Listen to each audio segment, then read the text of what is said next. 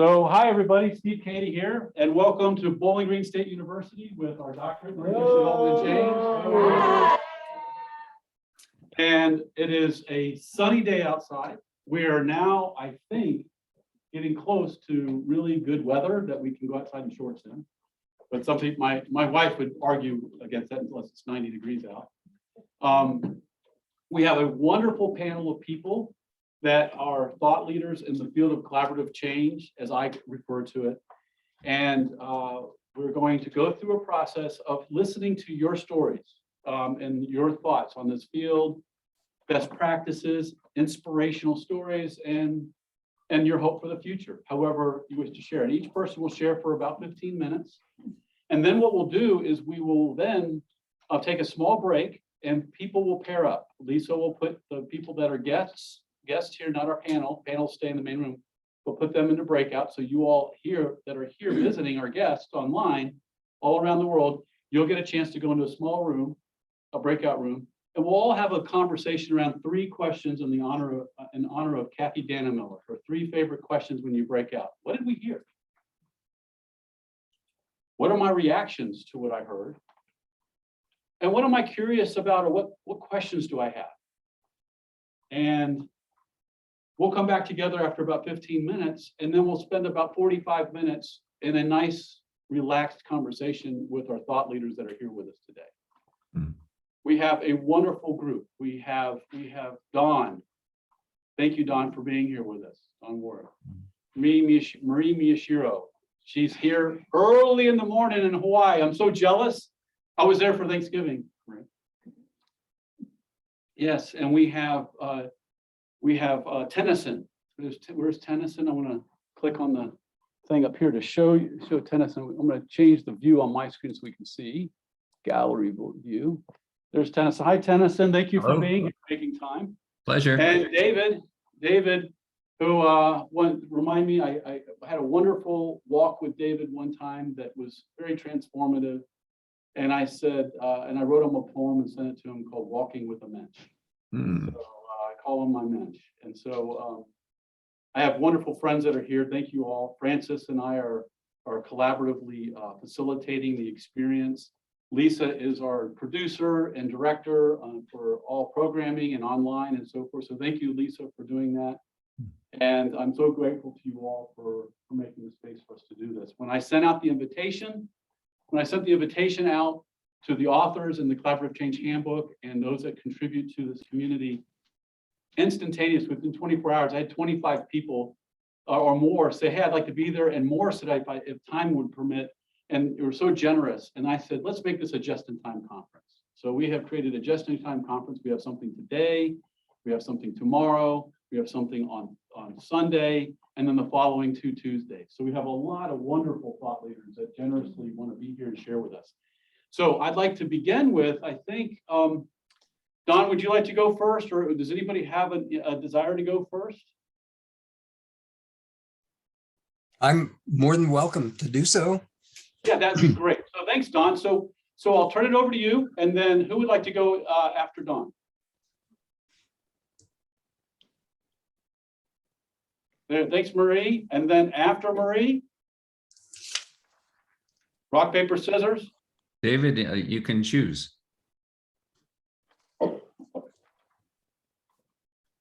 I'm happy to go third.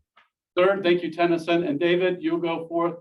And we'll just kind of walk through the 4 of you. David, you'll make sure you know where you can click the unmute button. I'll ask you to unmute when it's time.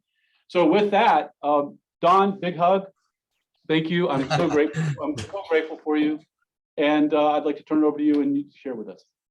Say, Steve, do they have my handout? Yes, they do. I'll be sending it out right now to people that are here online. If you could refer to it in a way that they haven't maybe had time to really digest it or look at it. Okay. Okay. Well, thanks a lot, Steve. Yes. I'm just really quick going to say I did send the link in chat to everyone online. Okay, great. Okay. Well, so delighted to be here and to be part of this panel. And I would tell you that some of my fondest memories in my whole career were being an adjunct professor in the Bowling Green MOD program. And I was part of that for many, many years. And in my judgment, certainly maybe the best of all the MOD programs, and I think the doctorate program will be the same. I think the people in these programs may not even understand the value of the leadership of the founder, Glenn Varney, and now Steve Cady, who are both very well known and respected in the field of OD. So you're in an absolutely great program. So what I'm going to do is take a little bit different approach to this whole idea of collaboration. I'm going to share a little bit, first of all, just about my mission as an OD person, and then take more of a historical view of collaboration rather than going into a lot of techniques and so on. So, by the way, collaborate, when you look at collaboration as a big team kind of perspective, it's high risk, high reward, and the stories can just be phenomenal. It's an amazing experience. So I'm going to take a little different approach. So if you look at my handout, first of all, it says my mission in organization development and change. And by the way, just so you will know, our field was founded as organization development. And a lot of people don't know that it changed its name for many in about 1991 through the Academy of Management. I was a division chair of the Academy of Management OD division, but it wasn't during my tenure. It was a little bit later when Robert Quinn sent out some information about the OD division, and Gene Bartunek was actually the chair when it got changed to Organization Development and Change. So it really goes by both names. But here's my mission. It's educating people on the value and practice of ODC and helping make the field understandable from a practical perspective. So pretty much everything that I've done since I've been in the field, and I got in the late 60s, has been aimed towards that so that I could communicate this field in a way that people can understand it. When people ask me what I do for a living, a lot of times I say I'm a professional of state-of-the-art common sense. and in many ways, that's what OD is all about, is state-of-the-art common sense. And so I've been involved in trying to help define the field, and a lot of articles and studies on that sort of thing. The second part, though, was making ODC a field that every leader should be familiar with. So I'm on a mission, I'm on a campaign to do that, because what I think is what we learn really should be the knowledge that every leader should know. They're not going to have the professional expertise that we develop from being in this field and all the skills that we learn. But actually, when you think about it, most of what we do, and I think it all is framed around two things: making organizations more effective and healthy, whether it's a whole organization, a department, a team, a person. If we can make them more effective and healthy, and that, by the way, was in Richard Beckard's original definition of OD, that's what we're all about. Well, that's what leaders are all about too, but they don't really think that much about how to build a healthy, effective organization in a purposeful kind of way. So my mission has been to translate OD and communicate it to leaders so that they can use it. And by the way, I started this when I came to the University of Colorado at Colorado Springs, 51 years ago, and introduced a course like that at that time, and it still exists. So we have one at the undergrad level and the grad level, and it's packed every semester, that people are hungry for the knowledge that you and I have to give. So now let me introduce this whole idea of collaboration. So I historically, it had about three waves. First of all, when we first started defining OD, it did not appear in any of the early definitions. And I'll refer you back to that in just a second. Then the second wave was it did start to appear in some definitions. And the third is we started associating it with big group change. But really, that's only one part of collaboration. I mean, it's our whole reason for being, in a sense, that we do things in a collaborative way, which was a new way of thinking and doing things at the time that OD started to become popular. So I want to go back to this whole idea of defining it and its role in our OD definition. So back in 1978, most of you probably weren't even born then, but back in 1978, I did a survey of leaders in the field of OD to help define the field.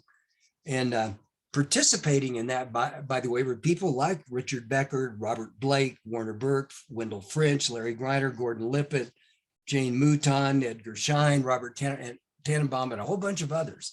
And just ask them straight out, how would you define OD? What are the characteristics? What are the values? What does the future look like, and so on? And so none of those early definitions actually had the term collaborative in them. In fact, the first time that I can tell that it appeared was in a definition by Warner Burke. And that was actually in the 80s, 1982. By the way, I repeated this study in 2003 to see if the definitions had changed. And in that survey, it included a lot of people, you know, like Tom Cummings and Chris Worley and Mike Beer and Alan Church, Dave Jameson, Kathy Dannemiller, Virginia Schein, Peter Sorensen, and so on. So that's been my involvement over all these years. Now, after that second round, I did try to define the field based on all that input. So on page 1 of your handout, I defined OD this way. OD is a planned and collaborative process for understanding, developing, and changing organizations to improve their health, effectiveness, and self-renewing capabilities. So just to sort through that very quickly. So it's a planned approach. It's a collaborative approach where we involve people. And it's a process first to understand what's going on. You have to know reality to do something about reality. And most change really doesn't have that step. They don't really do assessments or evaluations. It's just somebody wants to do something, so we do it. So it's a planned and collaborative process for understanding, developing, you know, our key term, and changing organizations to improve their health, effectiveness, and self-renewing capabilities. But we should always keep in mind what we're all about. Everything we do should be designed to make things healthier and more effective. Again, whether it's a whole organization, department, team, or whatever. The early definitions of OD were about the whole organization. In practice, though, it quickly became something for any part of the organization, departments, teams, individuals, and so on. So it's important for you and I to have a definition so we can practice OD in a purposeful kind of way. And I think not only a definition, but a mission. You know, I mentioned what my mission was. I would encourage all of you to write a mission statement for you in your practice of OD. Then if we get down to this part that Steve asked me to address just because I had written about this, and this is the idea of a change champion's role in this whole process of collaboration. So many years ago, I was involved in this project at my university, and pretty interesting because it was the first time that anybody had ever done any staff development in our university. And so we had some volunteers, about 25 staff people, all the way from some fairly high level people to low level people that just wanted to learn something about leadership and management. And part of it was about organization development and change. And so in this process, somebody asked the question, or by the way, interestingly enough, a lady who was about to retire, and she said, why are we talking about all this stuff? Why don't we just do it? So I formed a team and named them Change Champions. And out of that 25, we had 5 official change champions, and the rest were supporters, we called them. And their role was to change the university. And so we literally sent out a survey to students, faculty, staff, and so on, and then begin to use that to change our whole university. So this little group of 5 people supported by 20 others literally began to change our whole university. And it all came from this little term called change champion. So I identified it not as a specialist like you and I are, practitioners, professionals in the field, but anybody at any level of an organization who was interested in causing change in a purposeful and understandable kind of way. So I did a lot of research and then began to define the roles of a change champion. And basically, I think there are really 2. There are doing roles and there are being roles. So on the doing part, if you look on page 2, basically identified 3 roles: initiating, facilitating, and implementing.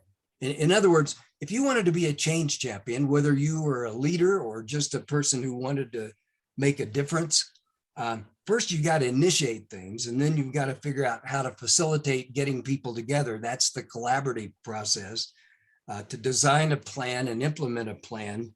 And then there is that process of implementing in a very helpful, purposeful kind of way. So I won't go through all the definitions and so on, but basically initiating is about having a change mindset. And once you have a change mindset, you find things that need to be done.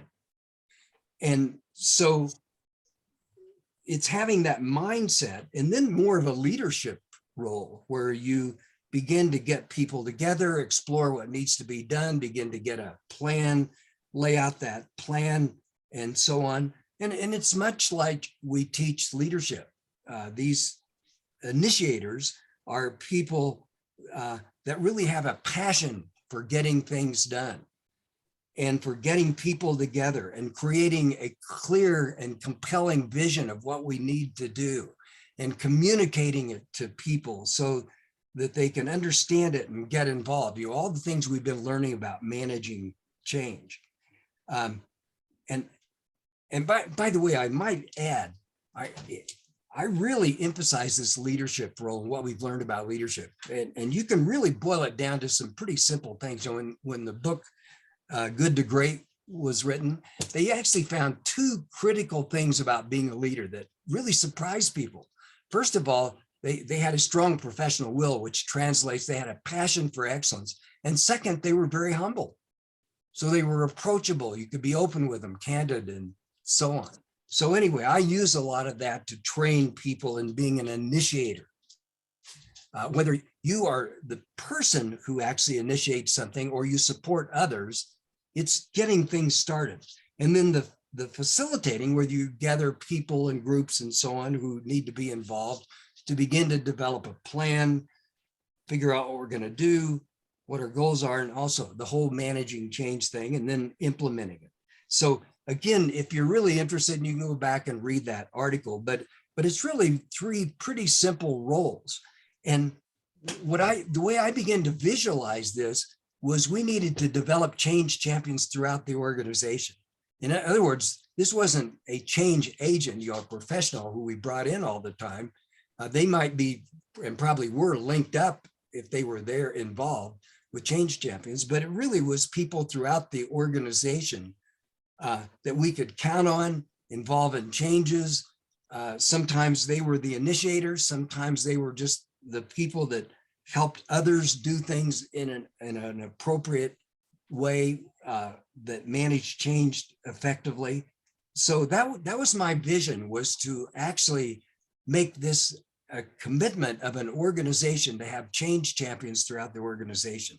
And by the way, imagine the difference that would make. You know, we know that about 70% or more of changes fail. so much research on that. And what if we turn that around, which I'm convinced in organizations where I've tried this, you could do. If you get change champions involved, you can make that a 70% or more success rate. So this is a kind of approach that can have a tremendously positive impact on organizations and improve their ability to manage change and their competitiveness and so on. So I want to talk briefly, though, about the second part of this that I didn't write about in that article, and I call it being. And what I'm trying to get across to my students now is being a change champion isn't just about doing, it's mostly about being. You know, you don't always have that many opportunities to initiate change, but you have opportunities every day to be a person who makes a difference, who is uplifting to be around, who's an example worthy of following, who affects culture just by the way that they are. And I've written a lot about culture, and I'm convinced that you and I can impact culture, even if it's just the group we're in or the associates around us, our homes, anything we're involved in. You and I have an opportunity to impact culture just by the way we are. And so I put a bunch of stuff in here about how I approach being, and I approach it under the heading of committing to excellence. You know, having a passion for excellence in the way you live, your attitude, your approach to others. And so you can see a whole bunch of information about that I put in there just for you to read. Now, the last part here, Steve had something in there about we wanted us to share examples, and boy, could I share some interesting examples about big group kind of collaboration, if that's the way you think of it. But probably the best one I have, and I put it in the handout so you could actually read it, was some involvement I had with Alan Mulally. Now, I don't know if you know who Alan Mulally is, but he's the former CEO of Ford. He's the one who took over Ford in 2006 when the economy was starting to tank and every automobile company was taking a bailout from the government. He refused, and he decided that he could rally his company through a collaborative approach so that they could have a focused objective, a focused way of doing things, a collaborative way of doing things, and they could literally turn Ford around. And by the way, they did. They became the most profitable company in the world in the automobile industry. It's an amazing story. And I got involved in this, by the way, just really kind of coincidental. Somebody had talked to Alan Mulally, who I had mentored, and he actually wrote me an email one time. I started to throw it away because I didn't think, who's Alan Mulally? And I said, I think I talk about him in my classes. Could that be the one? And so I write him back, and then we started this relationship, and then I started collecting all this information about what he did and have written some articles about that. But you can see it on pages 5 and 6. So collaboration doesn't always mean using a big group kind of approach. It may be little groups. It may be just facilitating getting things done, but using collaboration to do it. But it is part of our whole approach to OD that we've introduced that really is unique. And most people don't realize that when changes are made, typically somebody wants to do something, so they just do it. Then they tell people what to do, and it never works or hardly works. And we really introduced this collaborative approach, which is far more effective. It doesn't mean you have to do everything through collaboration, but certainly when you want ownership, commitment, all the things that make change work, collaboration is a central part of it. So just to kind of wrap this. Oh, Yes. sorry. I was going to say, that's really a good segue. So I hear you saying wrapping up. So that's great. So we'll wrap up, and then Marie will take, Marie, you can just pick right up after Dawn, and I won't say anything else. Dawn will wrap up, and then you can pick up Marie after him. So this is all I would say. you and I are in an honorable field. It's the only field of study officially that's designed to make organizations more healthy and effective. And what a way to spend your career in life. So thank you so much. Thank you. Thank you. Thank you, Don. A little silent wave to you. And it's hello, good evening, good morning. I'm in Honolulu, Hawaii. It is now 5:30ish in the morning, and I have my cup of coffee. So I want to say that I'm in an illustrious group, and I'm here like you, really excited to hear what Don and all the other panelists have to say, because I'm a big fan of this work. Let me tell you three things, a little bit about who I am, what I've been doing, and also I want to talk about design a little bit and give you some specific ideas, because I think of myself as a design geek. And on my team, I'm sort of notorious for being very, very particular about doing certain things in a certain way, in a certain order. And I think designing how groups talk together, and we've got, Tenneson here, and I'm so excited, and I've heard a lot of your work and picked up on it. I think design is so important because Don talked about in Good to Great, Jim Collins, who I had a very brief conversation with when I was writing my book, The Empathy Factor. One of the things he said that I really loved was that when you put a stake in the ground and you have non-negotiable things, it gives you total freedom then, like a kite. If the kite has a stake in the ground and you can tie it to that pole, the kite is now free to fly everywhere. So there are some things that are non-negotiable in the design that anchor how people, come together. And I want to talk a little bit about that to give us more freedom. So it's a little counterintuitive, I think. So, who am I, first of all? I'm 61. I'm 61 years young. In January, I just summited Mount Kilimanjaro. I took my first trip to Africa. I trained for a year to do that, and it was a life-changing experience. And I absolutely am still savoring the flavor of that. I returned to Hawaii about 5 years ago to help my mother, who in May will be turning 99 years old. So she's healthy, she's doing well. And I come from an Okinawan background, and I'm going to show you a slide of my maternal grandmother in a moment. And the reason I want to show you this slide has to do with designing workshops or groups. I gave a keynote talk in Shanghai about 5 years ago to a group called Eve. So this is sponsored by Danone and L'Oreal, and they bring together their top female leaders who are mid-level, who they think are going to become potential C-suite executives. And I was, just delighted to be asked to give the keynote talk there.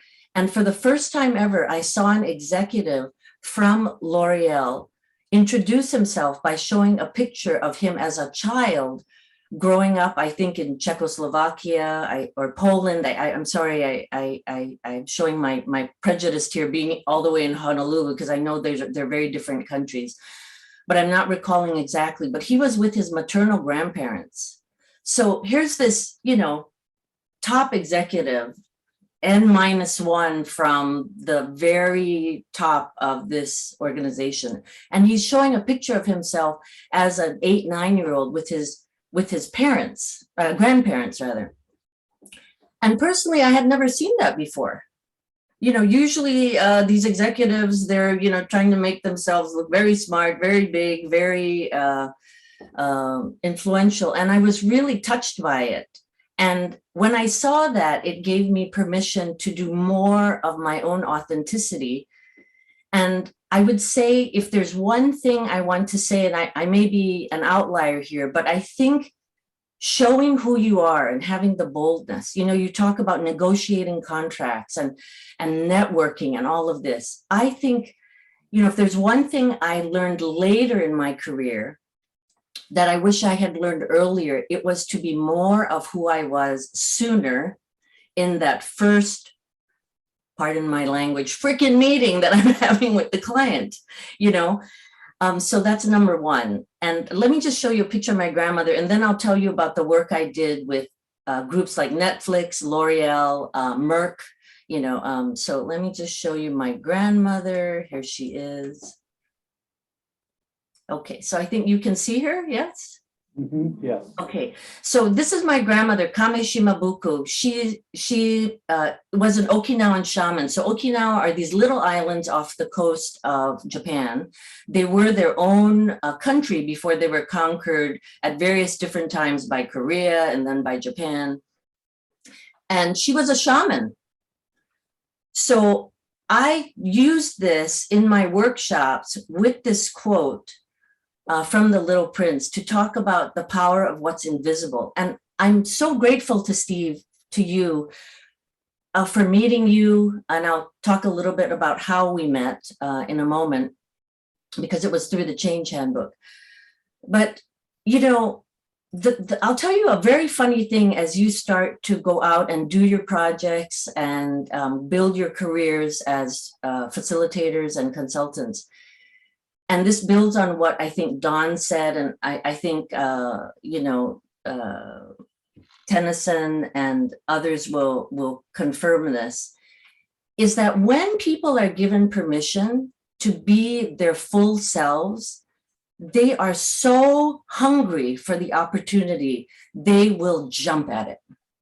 They just need one little crack in the door, like how I saw that photo of a child with his grandparents for this top executive. They need one little crack that can come from your authenticity, and they are all in. This is one of the most surprising things that I have seen.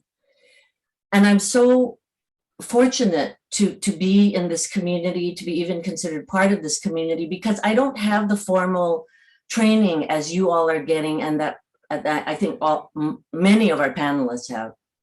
I came to this field with a degree in organization communication out of Northwestern University. And my real background started shifting from being a trainer. It's really the evolution of being a trainer to a facilitator. So trainer being, you know, filling empty cups versus facilitators drawing out the wisdom that's already there and then creating a container for group wisdom to kind of evolve in the present moment. And a big part of that for me and how I met Steve was that I was invited to co-author a chapter in the first, or I guess it was the second edition, Steve, or the third, I can't remember, of the Change Handbook, but such a popular book in many editions of participatory decision-making, and invited to co-author it with Marshall Rosenberg, who developed the nonviolent communication process. So Marshall is someone who I did a lot of work with, and I am really a part of that community, and tangentially in the OD community, ODC community, as Dawn was helping us understand. And Marshall, my publisher, who was also Marshall's publisher, had been contacted or contacted, I think, Steve, and we started working on how do we bring this process of empathy, so this idea of human connection, and specifically the process of nonviolent communication into the systemic level. Okay, so blah, blah, blah, blah. It's 5:30 in the morning. So that's how I met Steve. And I remember Steve, Peggy Holman was one of the editors at that time, and she told me something very interesting. She said, you know, your process, nonviolent communication, or NVC for short, which is a method of mutual connection, human connection at both the feelings and the human needs level, human needs being defined in a very specific way in Marshall's process. So that's a shorthand of NVC, and it's a very prolific global community, hundreds of thousands of people participating in it. Now, what Peggy told me, and why you might not have heard of it, is because she said it's usually very difficult to get interpersonal processes to work at a systemic level. because they're not really designed for that, that there's some gaps that happen when you try to bring something that's really about, basically two people talking into a level that has many layers in terms of an organization. But the primary focus there is empathy. And what happened about 7 years ago is that I was doing my facilitation work. I had already spent about 5 or 6 years working with over a dozen state universities, some government agencies, and these are big state universities where I worked with entire colleges, helping them facilitate conversations. Mostly, they would come with conflict sometimes. And as you know, from a systemic level, these conflicts. Can you stop sharing your screen? Oh, yeah, yes. Sorry. Thank you. Thanks. Let me do that. Thanks. And thanks, Grandma. Okay. Let's see. I'm going to stop sharing my screen. Okay. Great. There's my control panel. Thanks, Steve. So these systemic levels have many layers to it. And I think what's beautiful about the work that is happening now is that there's many different things that I've learned. So let me go back to some of my points here. So that's me in a nutshell. And I was very fortunate over the last 5 years to work in 22 countries for one multinational that's an industry leader, a brand leader. And they had hired the Boston Consulting Group to do a study of what is the future of their industry. And BCG came up with 3 game changers, and one of them was empathy. So they did a global search for people they could bring onto their team to help their people understand empathy. And it was a very well thought out, this is a global leader in the industry, in their industry. And so they're very sophisticated.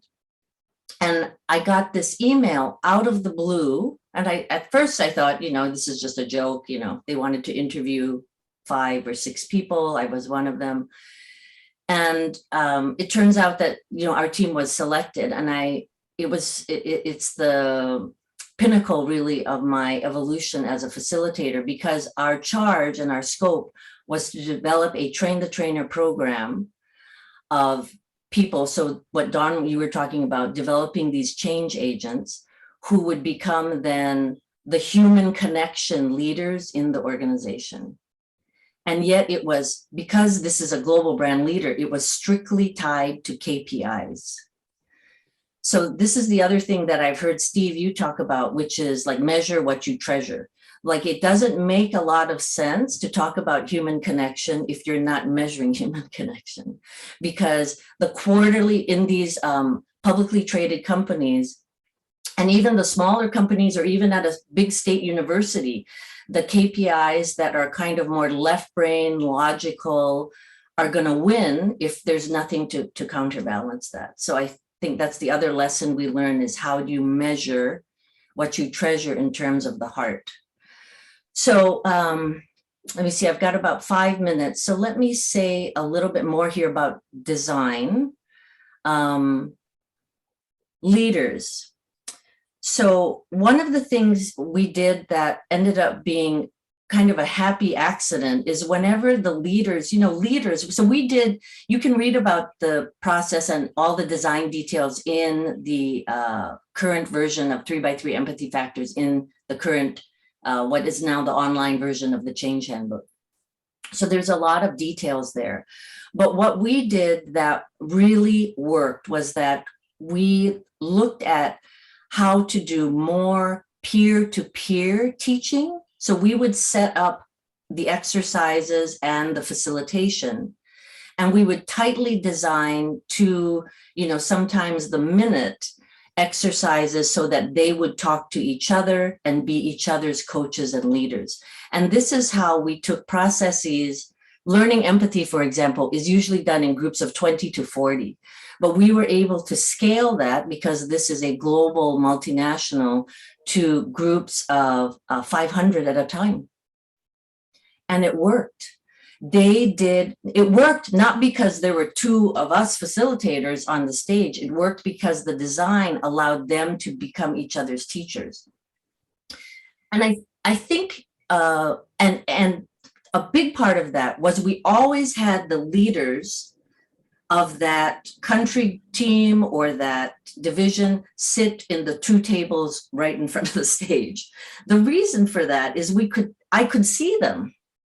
And I could see them then, kind of starting to get on their phone texting, right? There was a no texting rule, but you know how people, right? They're under deadline, they're going to text sometimes. So we could see them, and then, we would make a move to kind of engage them or make a joke. And I would empathize with them right away. For example, I'll never forget the time in Toronto where, and this was true in Shanghai, and we field tested this for the Americas and Europe. In Toronto was the beta test. And then for Asia, we did the beta test in Hong Kong. So this was field tested across many cultures. And that's what was beautiful about this process, is we saw it work everywhere, even though we had to tweak it a little bit, because as you know, when you work in Hong Kong and Tokyo and Shanghai, nobody ever raises their hand, right? That's a very kind of Western thing. So you have to have a method for helping them figure out who's going to popcorn in. So one of the things I did that really helped was I empathized with the leaders, saying, asking the group a question like, do you know who the loneliest people in this room are? Right? And everyone would be like, who is it? Who is it? And I would say these two tables, the leaders. And at one event, we did that at every event. At one event, some of them had so much emotion because there's no one for them to really talk to within the organization. They're in the sandwich. They have to be strong for their team. They have to maintain boundaries. And I think that's one of and we would hear from them specifically, what was happening for them. And that bridge, I think, was a very subtle and important way of having them literally in the process, but not as a leader, but just as another human being. So, we talk about how leaders, a lot of the management books are about how, and not all, of course, but, I had this prejudice that leaders are the ones who need to open up their hearts and open their door. And of course, that's the best way. But, I also saw that there's so many barriers and biases from the team against leaders, kind of putting them in a pigeonhole. And so humanizing them to the group, I think, was one of the things that was so powerful. And these people in our workshops, we danced, we cried, we hugged, we did these things that they weren't used to. But I'll tell you one other thing as I kind of wrap up here is that every one of those moves, facilitation moves, was linked very tightly with science and empirical data. So for example, when we did dancing, it was tied very specifically to the increased effect on cognitive skills. And when you ask the group, would you like to increase your memory? Would you like to increase your ability to think creatively and be innovative, blah, blah, blah. Of course, they say yes, because they're being judged on that, on their performance. So I'll end with this, that's all part of the I, you, we. As Steve was saying, you said individual, so we call it the I, you, we, and that's the breath that we were rigorous about. I'm a fanatic about every exercise having self-reflection first, then a dyad, or maybe a small group in Zoom, because pairs can be a little intimidating in Zoom sometimes, so maybe a threesome, and then the whole group debrief. And the whole group debrief wasn't about the content, it was about the experience of that process. So let me just say that one of the KPIs that I think is so powerful is when you get texts and emails and people calling you saying they just shared this with their 9-year-old daughter, or their life has changed. And sometimes the risk for organizations is that they leave. You know, they become so in touch with their heart that they leave. I don't tell the client that going in, but I know that that's a risk. It's a very small risk, but then it ends up being wonderful for everyone. And I promise I'm going to stop talking right after I say this, Steve, is the core of our process. And maybe this is something that not everyone talks about, so I want to get it in here. I believe is mindfulness.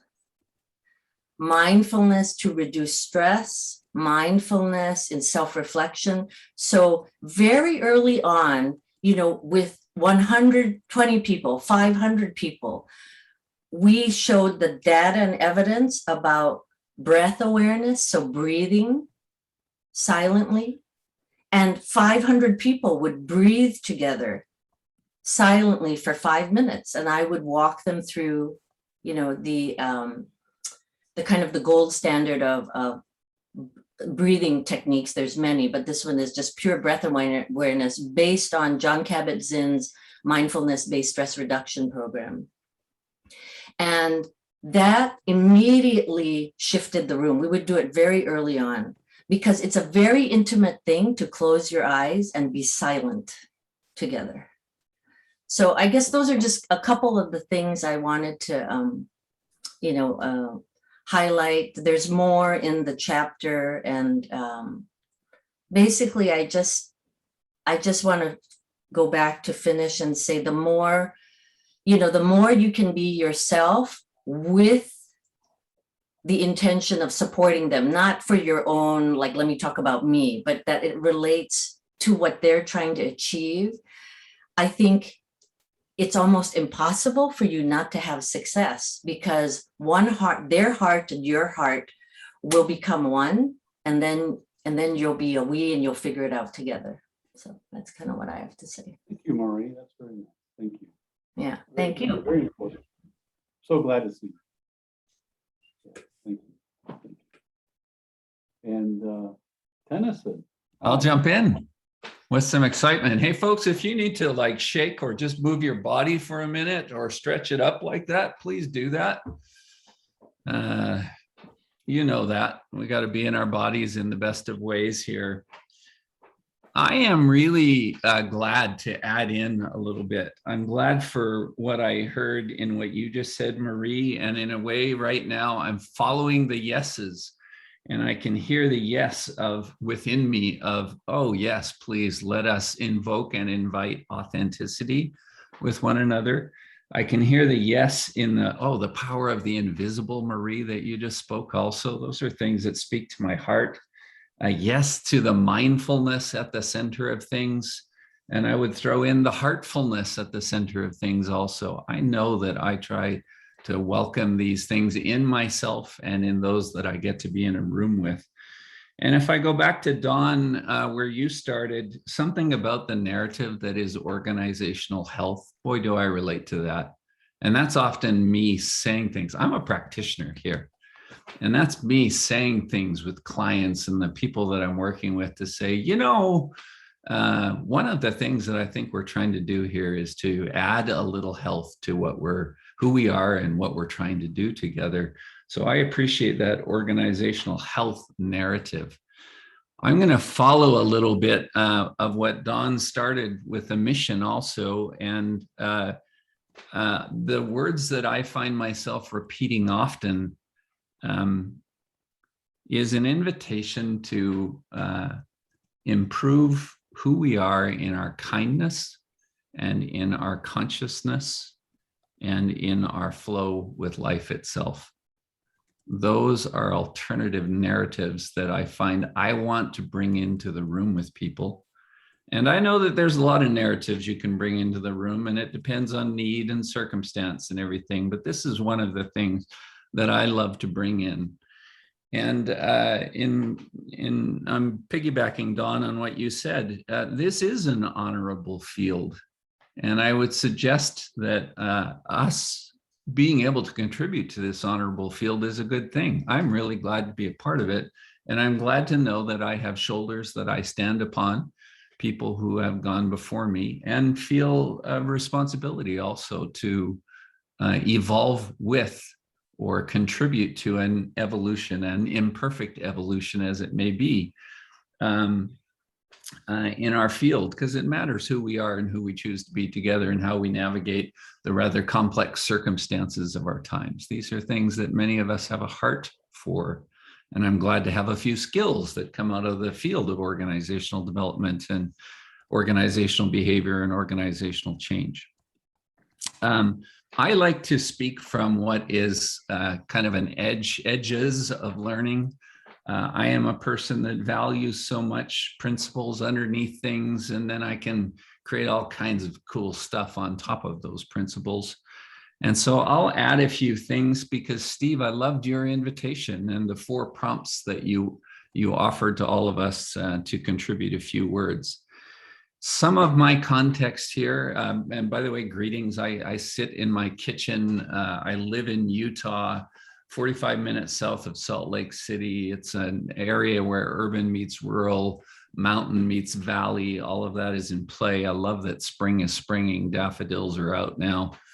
And I'm originally from Canada. I migrated down to the United States many years ago, but I've got my Canadian hockey genes in me, I suppose. Some context here. And it's kind of in response to, you know, what's your latest thinking on collaborative change and large group methods. Just in short, there are some things that I rely on here. And in a most basic way, methodologically speaking, boy, I rely on Circle and some names that you may be familiar with: Christina Baldwin, Anne Linnea. There are a couple of key teachers and friends.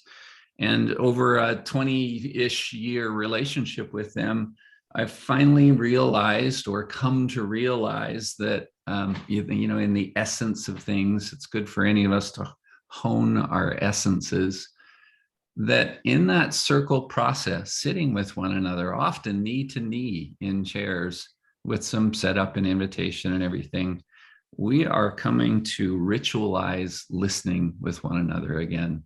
And I would suggest that even that, you know, to restore or to reclaim the process or the ritual of some thoughtful and deep listening with one another is a big freaking deal.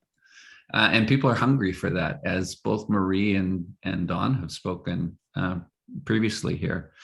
I rely on World Cafe, and boy, here we have David that's going to speak after I'm complete here. And David and Juanita Brown and some others, and Francis Baldwin, are people who have really helped to enculturate a way of connecting with one another. World Cafe, people at small groups and small tables, that is such a go-to methodology for me. And in a way, again, because I'm that person that needs to see underneath it, I think it when we turn to one another in such a well-held space and a simple process like that, it has a way of alchemizing who we are together. We turn from lead to gold, or we turn from straw to gold because of the interaction that we have with one another.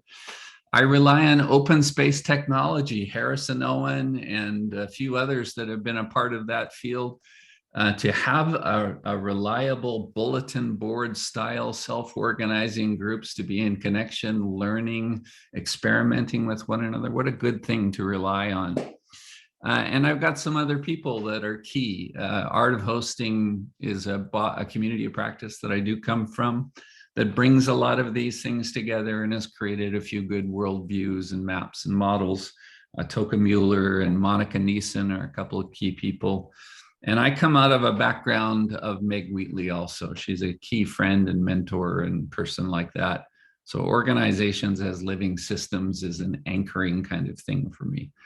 I have learned in a collaborative change way, paying attention to what's on the surface, that I tend to be speaking this message these days about relational leadership. And I think many of us are. the language that I find myself using, and all of this is invitation, like it's invitation with clients and people that say, hey, I hear you do this kind of work, could you come help us? It matters. The narrative matters, I would say. And so I find myself saying things like using this term relational leadership and adding to it in a way that says, look, it's in our relationalness with one another that we get our robustness with one another. And I haven't always had the courage to say such things, in the soft stuff is the hard stuff, however you want to translate that. But I'm sure glad to be offering that as a tell the truth core narrative. So relational leadership and our resilience is found in our relational quality with one another. These are just important things that go along the way. If I go to a story, my story is a bit of a non-sexy story. And in part because I want to pull from the everydayness of things. And I tend to pull from the most recent things that I've been a part of. They're all connected anyway. And so the short story that I would offer here is, I had a colleague, a friend who is part of the faith community. She's a pastor within a church here in the United States. And, she wanted me and another colleague that I invited to come in to spend a day with her people. And they've called it leadership retreat in times past. But in this one, they really wanted a little more animation of the spirit of who they are from a non-church perspective. I'm coming in as a guy who cares an awful lot about values. And I think we can re-invite one another into a stirring up of those values together. And so the way that this one worked was come spend a day, please.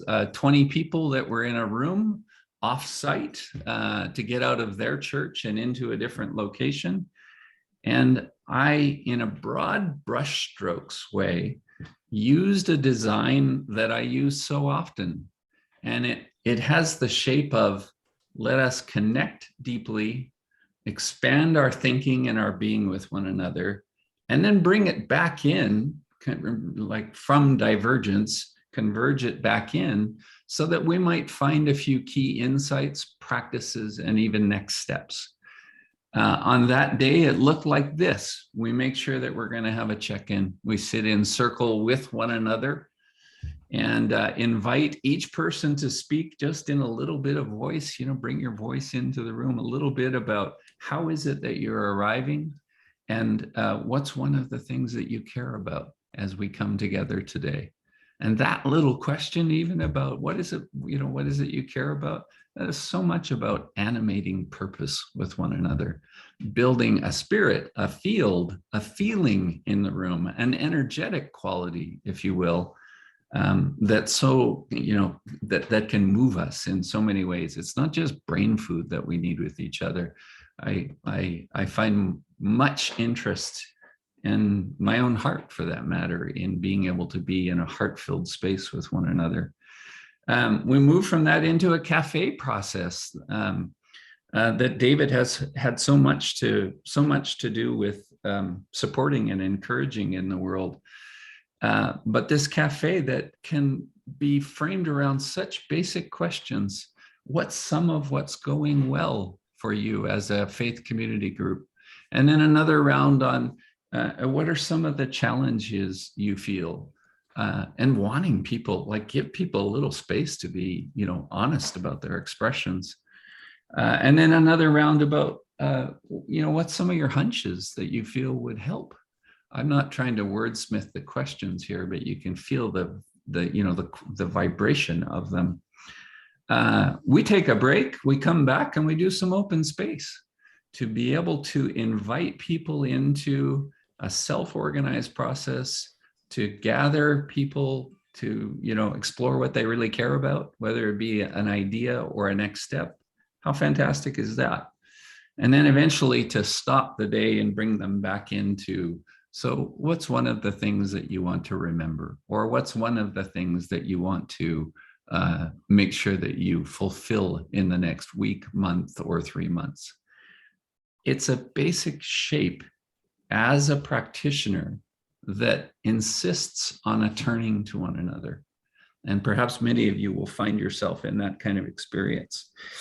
Things that I rely on are core principles of collaborative work. I rely on a narrative that says, let's be good humans with one another. And I think some places, some people, some organizations are actually afraid to say that out loud. I don't find that there's a lack of interest in such a narrative, but often there's a pattern that says we don't talk that way. I find people are relieved when someone says it out loud. Could we just be good humans with one another? So I think I say that here as an encouragement to some of that softer narrative that is actually some of the most central stuff that we can invite people into. I rely on poetry. I love to bring in poetry, mine and others, because it just invokes a different kind of listening with one another, perhaps even some general artistry. Oh gosh, yes, let's be in the good science of org change with one another, but let's also bring in the heart that can come from such essence, speaking, and images of poetry. I rely on things like that. I rely on a basic narrative because I think a lot of us need to translate the narratives from, the traditionally hard objectives that we have into some of the deeply human things.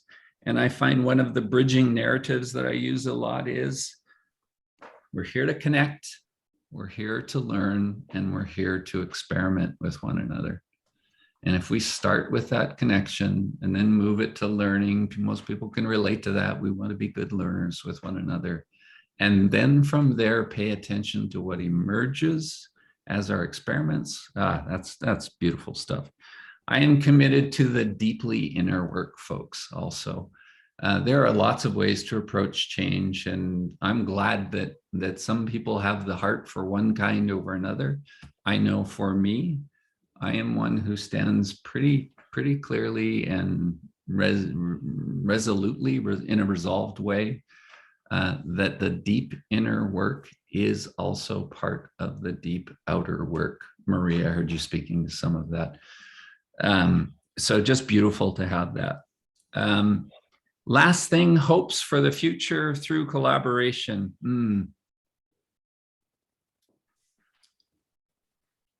I think the short of it is, I hope that we in our field contribute good. It doesn't have to be everything. And sometimes it needs to be very large-scale things, and sometimes it needs to be the kind of good that happens just with the 3 people in front of us for the next 15 minutes. I hope that we continue to find ways to contribute some of that good. Meg Wheatley, who I spoke of before, is one of my friends, mentors, colleagues. She wrote a book 20 years ago called Turning to One Another. That basic message of turning to one another is a direction that I hope we continue to support in our field, rather than turning away in the default ways that have often been enculturated. I hope that we continue to grow capacity to turn into ourselves and recognize that all of that inner work, like it's almost framed in one of my good colleagues, my main working partner here is a woman named Quinita Robertson. And she says it like, if you can't take people where you haven't been yourself. And that means, I feel, that we need to develop a relationship with our interior, whether it be the hopes, the joys, the shames, the worries, the fears, the contractions, the expansions, the delights, all of it. So maybe that's enough. I have all of those, and like it's true for Don and Marie already spoken, there's more words and more stories that go with that. But I would bring it back to what is this? You can feel the part of me that's sort of saying a lot of words right now. And I want to come back to Your presence, our presence matters, even in the most simple of ways. Showing up, being ready to encounter each other and create some good process for that to happen within groups, teams, communities, organizations. It is a big deal. And I hope that that continues to contribute to a field that I feel proud of also, this honorable field. That's enough words for now. I'll stop there. Thank you, Tenneson. Thank you.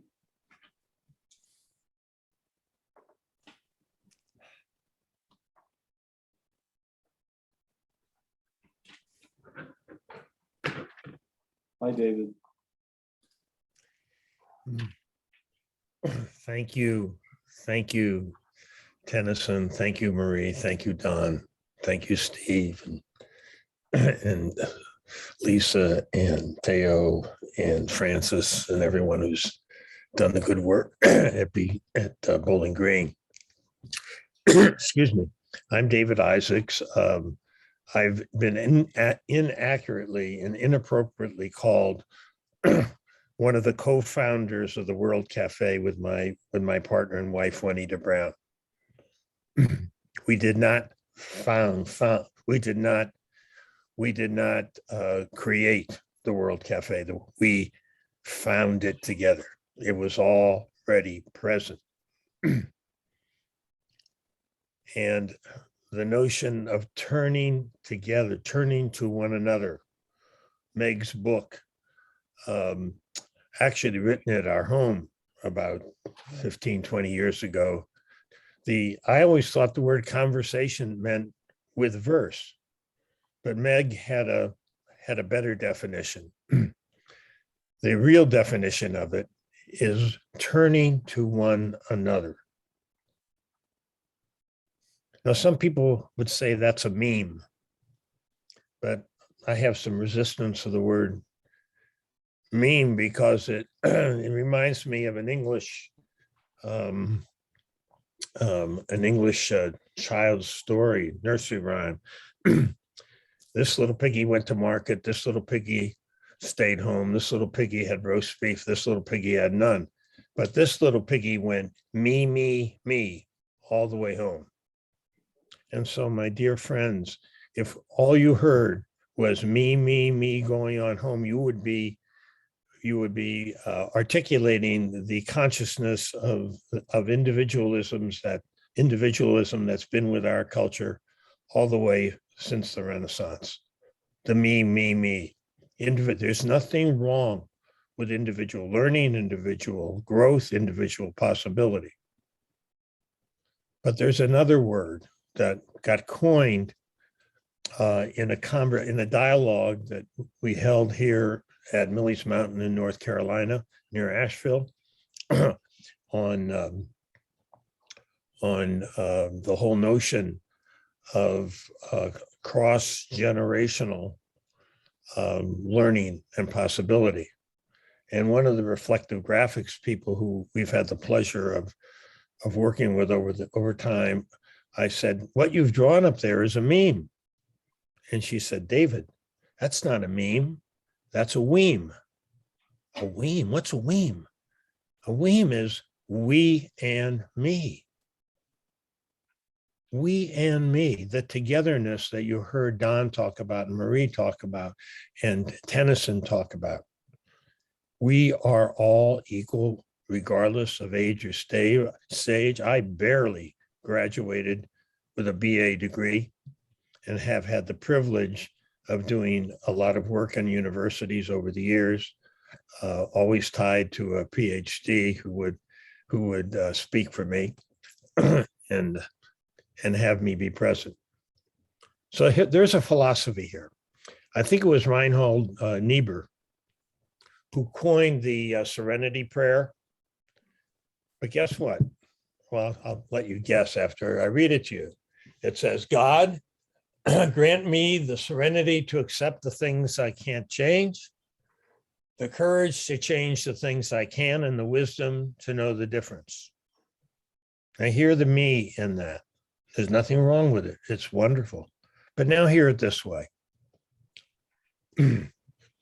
God, will you grant us the serenity to accept the things we cannot change, the courage to change the things we can, and the wisdom to know the difference. That's a weem. So we're talking about collaboration. Unfortunately, collaboration in two parts of the world are words we can't use, collaboration. One is in France. During the Second World War, there was a lot of collaboration with Nazis. And in French, it's really hard to use the word collaboration. And it's also not easy to use the word collaboration in Israel for other reasons. But other than that, it's a really good word. Because when we design, Marie, when we design as the essential aspect of our work, design with the partners and organizations and businesses around their questions that matter, that we don't design it for them, we design it with them. And it's a we. And we start with the premise that the people that we are working with already, hear that word with one L, please, or with two L's, that the folks that we are working with already have a capacity to remember and awaken to something that we like to call collaborative wisdom. Collaborative wisdom, some people think that it is enough, and it's a really valid level of work to attempt to create collective intelligence, teamwork, that kind of work, so much work in universities on helping people think that they can create collective intelligence. I'm a little bit of a naysayer on it because there's a tendency to have it be about the person who's designing the work rather than the fact that, rather than the fact, and the premise just might be that the wisdom is already present in every one of us. If and when we design with the possible belief that none of us can prove, because it just might be a spiritual belief, whether that might not be certainly religious, but it could be cosmic intelligence we're talking about. But what if we believe that there is an infinite wisdom present in the universe? There's infinite energy, and the physicists will tell us that.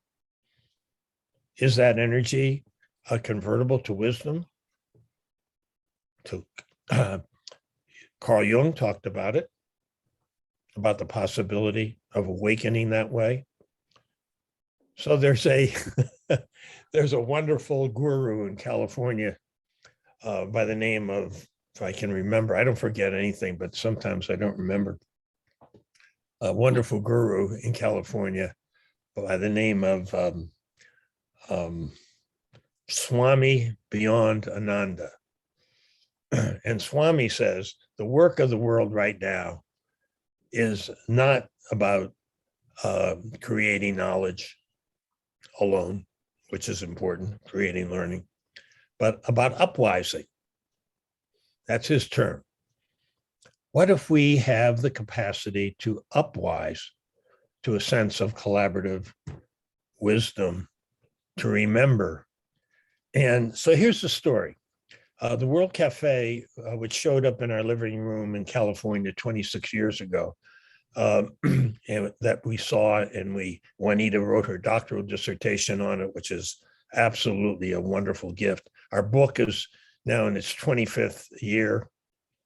The World Cafe has now been translated into 25 languages. Very often people said to me when I was on the tour, so to speak, this World Cafe stuff, all this organizational stuff, it's all Greek to me.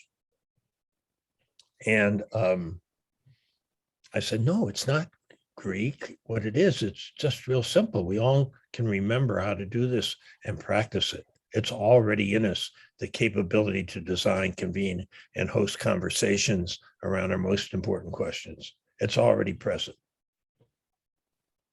All we need to do is to do that design, convene, and host in a way with certain principles.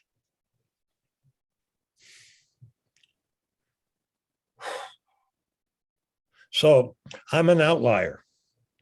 I'm an outlier even in the context of many people in the World Cafe community who want to focus on really doing really good dialogues and offering them for organizations and doing really good work. Even though one of the negatives of open sourcing something like we did, we never held it close. We said anybody could do it, but it requires practice, and some people do it really badly. They don't use the principles. But if you use the design principles of the World Cafe, and if you add a new one, and both Marie and in some ways Don and certainly Tenneson alluded to and spoke very directly about, is a principle of collaborative humility. That we are all equal human beings, regardless of any kind of difference. And if we start with that premise, and design, generating the context for the conversation, outlining the processes of the conversation, designing the practices of the conversation, harvesting and reflecting, and then communicating. But in the design process, what is most critical, particularly in business organizations and other organizations, is operating with that spirit of collaborative humility, that they already know what's important to them and what their most important questions are. People have said to me many, many times, how do you do good questions for the World Cafe? The principle says, use questions that matter, design questions that matter. What's so easy at one level? What is it we don't know, organization leader or leaders, that if we were able to explore successfully over time, could generate value and values beyond measure? Steve, what's my time? I think you're good if you move into a little bit of a wrap, maybe a couple minutes. Okay, good. Thank you.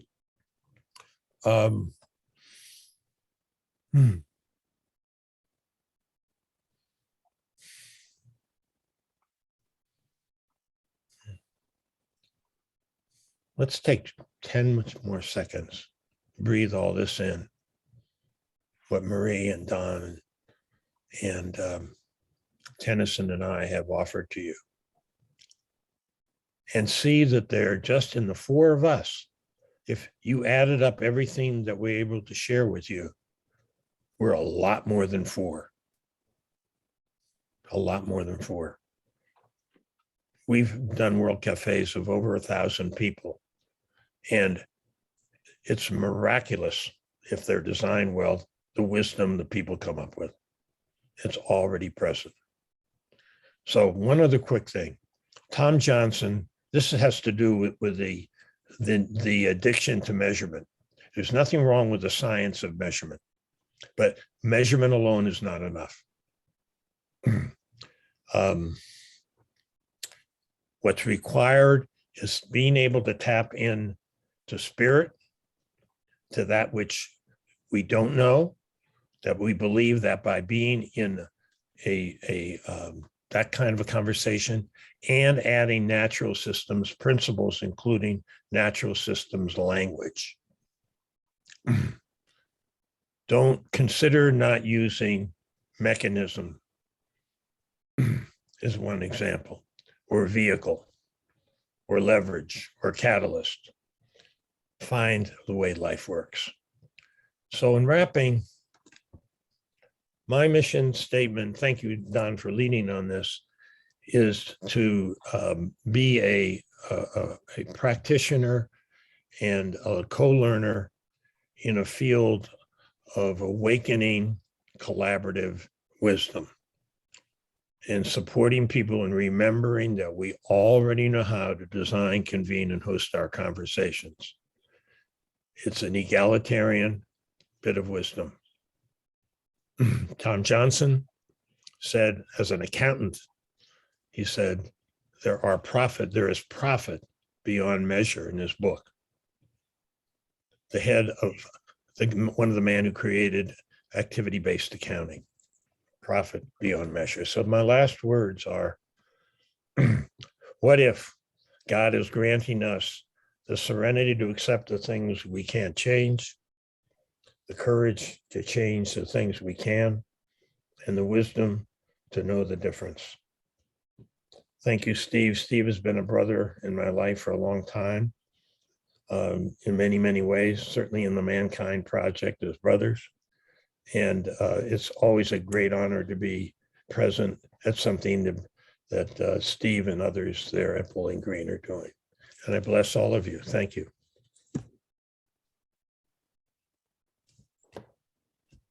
Thank you, David. And I'm in a bubble right now, so I kind of want to stay in the bubble.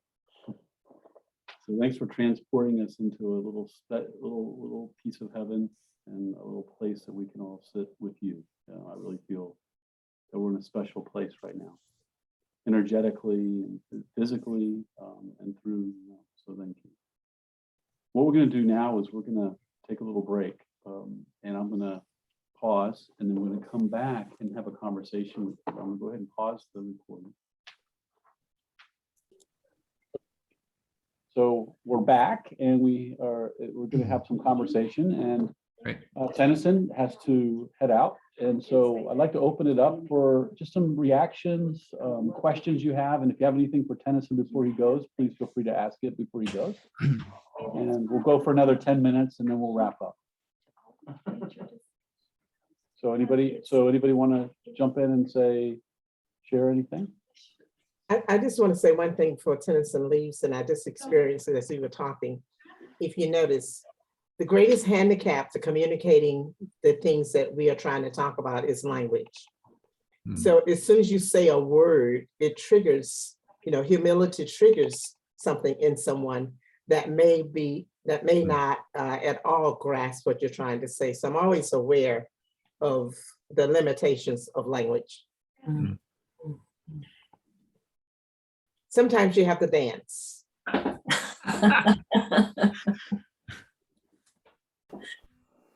Well, I was curious about Tenneson. What was some of the conversation you had when we were offline that resonated with you as you leave? yeah, well, maybe I'll just offer that as a parting gratitude to all that were involved in that layer of conversation. Thank you. And then to the larger group that's online and your folks that are in your classroom there, Steve. One of the things that arises for me that I think I feel as a hope and as a wish and as an encouragement, any of us that are involved in the work of convening people together, what I always hope for is that the invitation has heart in it or comes from the heart. And sometimes it's an invitation that is, hey, let's be brilliant together. Or sometimes it's an invitation of clarifying a problem. Or sometimes it's an invitation of, staying in the mystery together.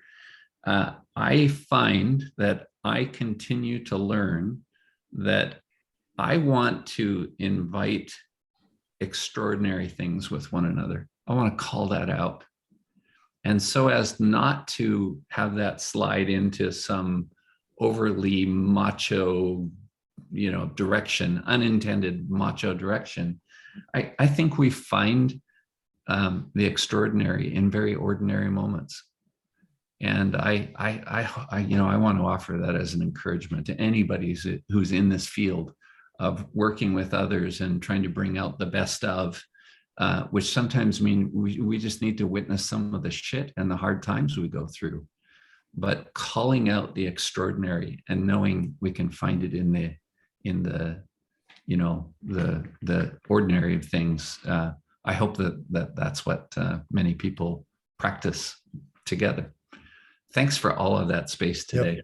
Yeah, Tennyson, real quickly, the word in French, le cœur, the heart, Yeah. is the root of the word courage. Yeah. And as you probably all know, that in science and in the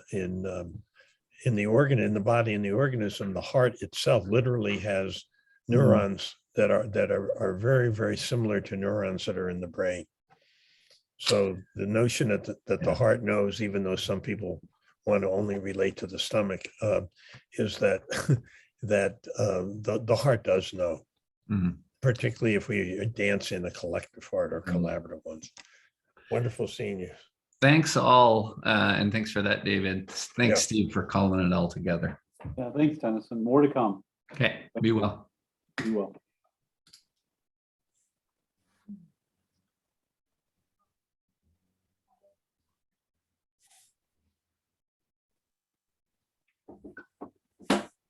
Thanks, Miguel. Thanks for joining us. Do you have any parting questions or words? I welcome that.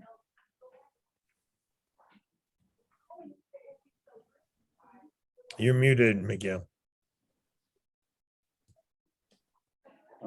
Miguel is gone. Okay.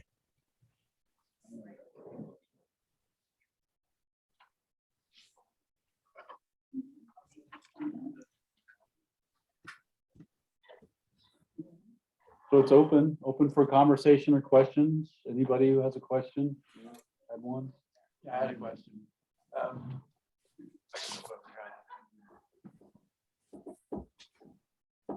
Oh, it did it this evening. I have a question from Marie. Can you hear me, Marie? Sure can. I can see your body. Oh, sorry about that. Oh yeah, we're working on our cameras here. Was impressed with your story. I'm actually tracking a similar opportunity.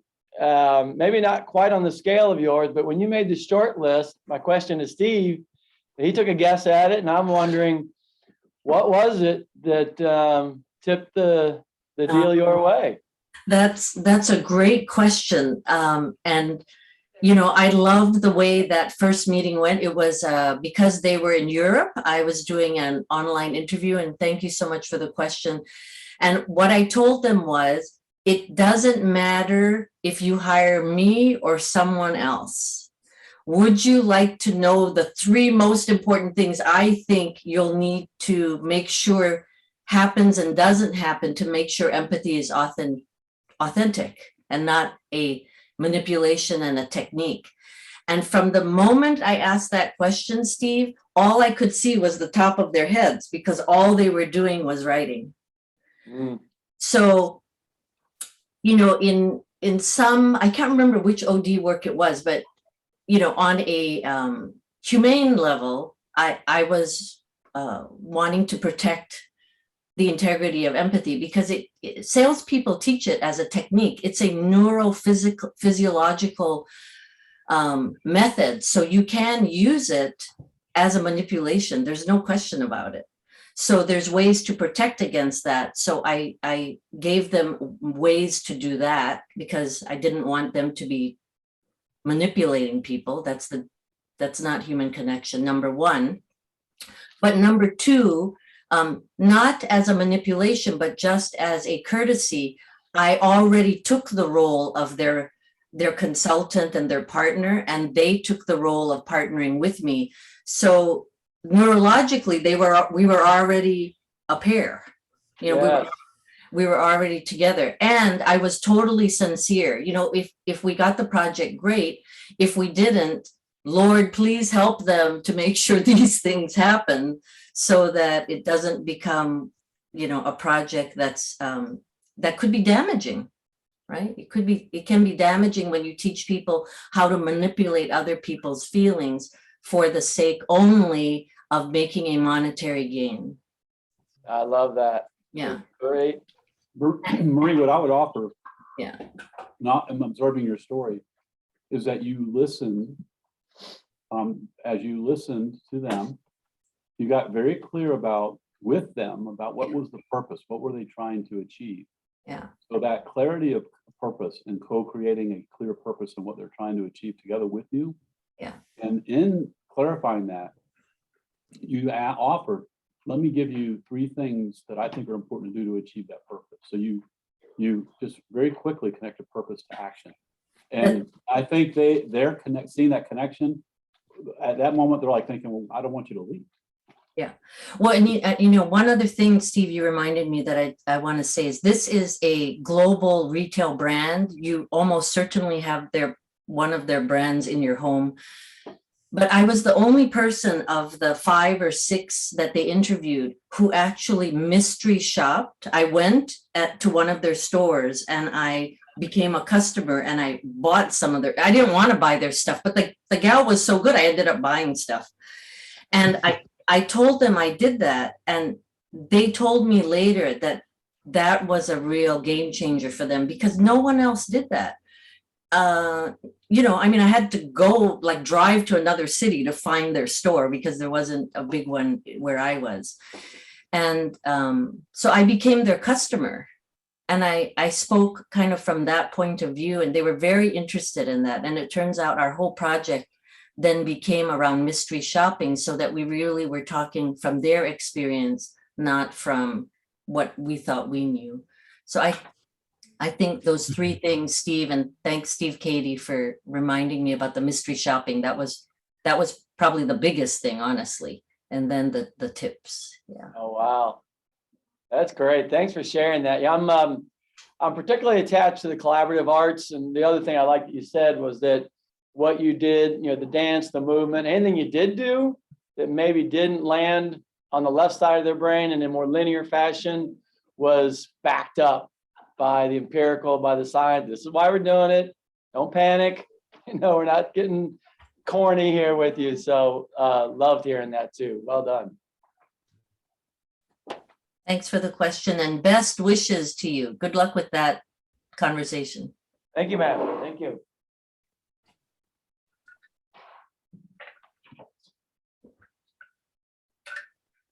But Petra, do you have a question? I thought that you had raised your hand. Did you raise a question from Germany? Okay. Well, I've got a question for you. What was the gestalt of the program that you saw today?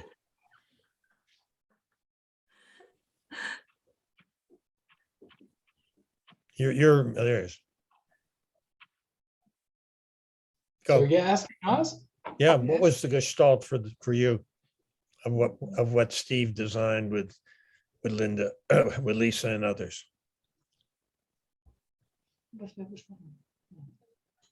We talked about education for sustainable development. It's one of our issues to work. We work with schools, especially to change their mindset, to change their system, their school system, and to serve the earth. Yeah. Save the earth. So we're working with the whole school system, yeah, whole system approach. That means teachers, students, other pedagogic,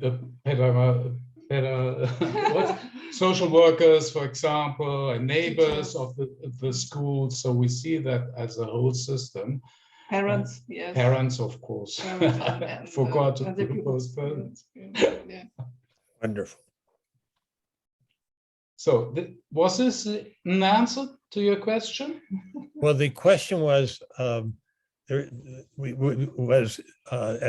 that you're from Germany, what was the gestalt of what you experienced? Der Anfang unserer, oder was?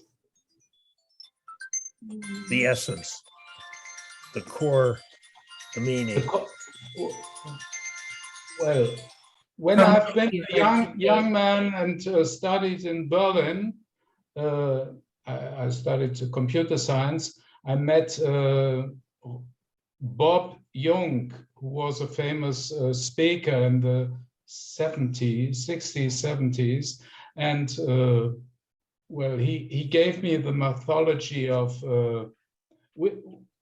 they call it Zukunftswerkstatt, which means future workshop, but we redesigned it with the name of Power of Imagination Studio. And we have been part in the second edition of the Change Handbook, and still combining different methodologies. So what Peter said, we're combining a whole scale change process with the Power of Imagination Studio, and storytelling too. So our specialty is to combine different methodologies to well, suit to the right, suitable to the people we're working with. First we ask them, as you told us too, yeah? First we ask them, what are the questions? And then we design a process, and then we talk about, is that the right process for your school, for example, for your community and township? And then our work has begun month before the conference. Design. Yeah. So one quick thing, in some large German organizations, they have a director called Direktor Grundsatzfragen. Now, can you say it right and tell me what that is? Grundsatzfragen. Holder of the question. Authority. The person who has the question, that holds the big questions for the organization. You probably could pronounce it better. Grundsatzfragen. Grundsatzfragen. Core questions, yeah. Grundsatzfragen. I think it's especially German, yes. But I have a little story about the World Cafe. About 20 years before we learned methods that came from Amsterdam, a conversation cafe, and I brought it in the Zukunftswerkstatt, and one of the founder of that method said to me, "You can't do that." But we did it, and we do it. Yeah, we bring it in our methods, and it's a part of our work. Yes. Good advice to all the doctoral students. Don't think this is the one and only methodology. Combine as you feel, yeah, and as you bring together all the knowledge, your own knowledge, and the wisdom of the crowd. Thank you. That's awesome. That's really good, because that's what this whole residency that we're in with the students is about, blending and bringing different approaches and perspectives together. So we'll wrap up with what I'd love to have is just a bumper sticker checkout. David, what's your bumper sticker checkout?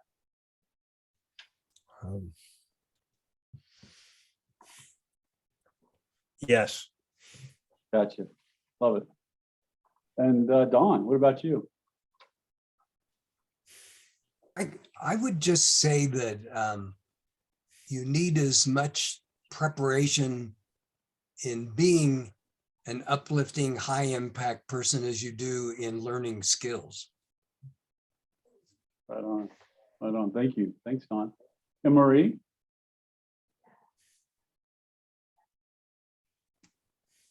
Breathe. Yes. Well, thank you so much. My bumper sticker checkout is thank you. I love the bubble. And so I will bask in the bubble of your wisdom and what you shared today. Thank you. And for everybody that was here, and from all of us here in Bowling Green, just thank you so much. Have a wonderful, wonderful rest of the day, and more to come. So bye for now. Yes, Steve, I have one quick question. When you debrief the people that you work with, if there was anything that you would want to share with us as a group as to what the two things, what learning may have come up as a result of our community work, and if there was anything in terms of an awakened collaborative wisdom that showed up Sure. in our I'll community. definitely share that with you. Thank for you. sure. Awesome.